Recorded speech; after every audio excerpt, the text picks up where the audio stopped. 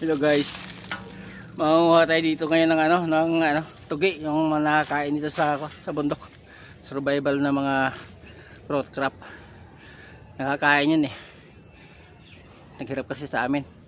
Pang alternative para sa pag walang bigas dito sa bundok. Ay muna yung mga root crab na nahuhukay dito. Pero mag-iingat tayo dahil mga tinik daw yun eh.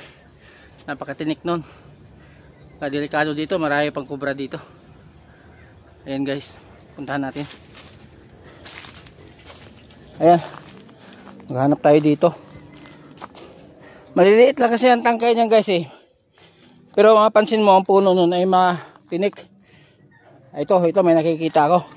Dito tayo. Ayan o. Ayan. Ayan. Dito tayo. Ayan guys, kita mo. Ayan o. Yan. Ayan. Nagbibitak-bitak na yung yung lupa. Ibig sabihin may laman sa ilalim yan. Kita mo yung mga tinik na yan. Ayan, ang daming tinik oh.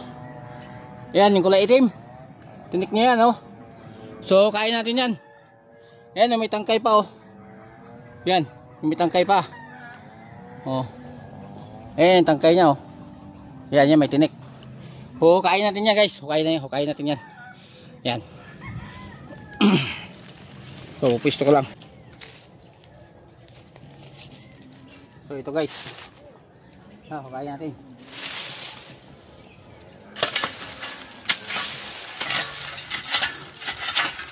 Yan guys.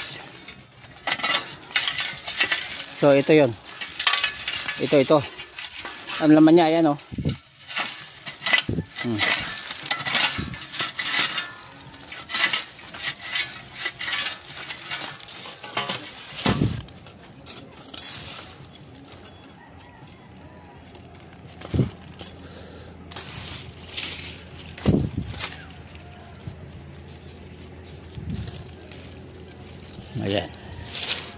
Ayan siya. Ayan tangkay niya oh. Kalilitan lang oh. Pero may laman. Tama. Ayan ang laman niya. Mayroon pa yan dun. Ayan oh. Nakita mo yun sa loob. Ayan may mga tinik na yan. Ayan yung mga tinik na yan. Sa kanya yan guys.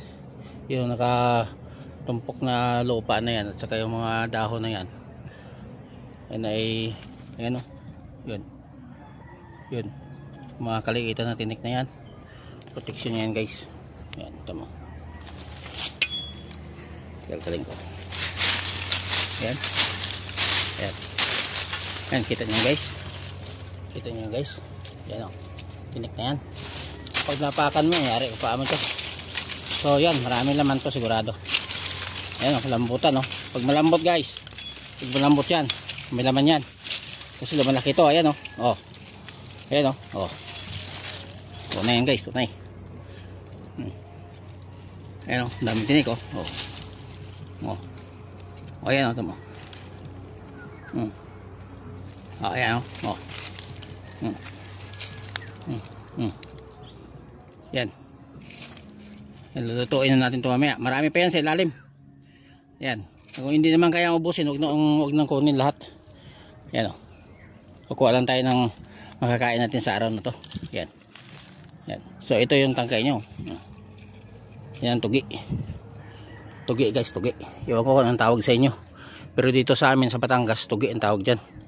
Yan o. Yan, kasing laki ng malaki-laki pa. Yan, kasarapan lang. Yan.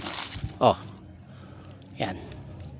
Ito yung root crab na nakukuha ng mga katutubo natin sa bundok kapag nauubusan sila ng makakain. So hindi na natin kakalkalin to guys kasi napakarami nito hanggang doon yan. Ayan o. Ayan, may mga tinik pa doon na itim.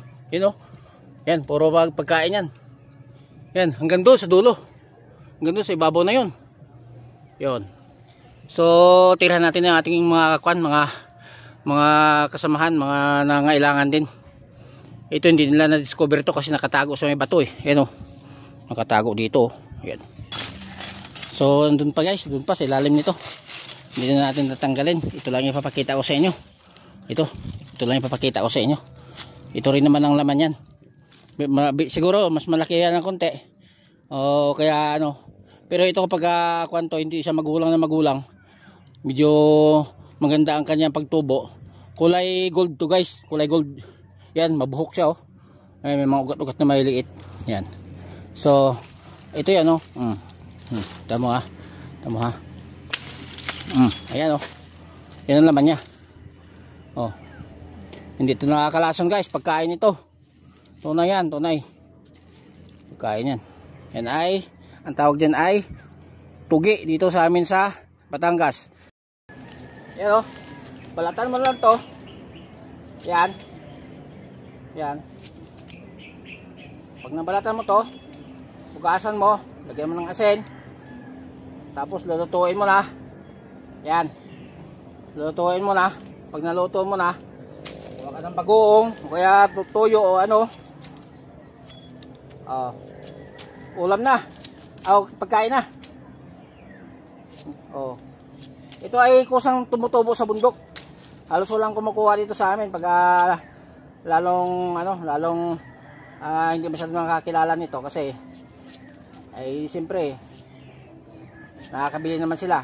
Pero walang pambili, talagang dito napunta. Halos nakanda-kanda ubos to nung panahon ng pandemic. Ayan o. Hindi naman to nakakalason. Ay, legit yan ah.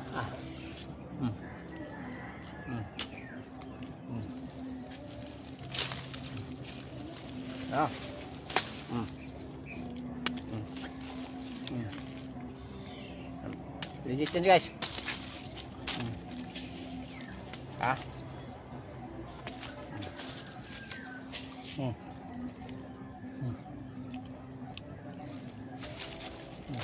Man.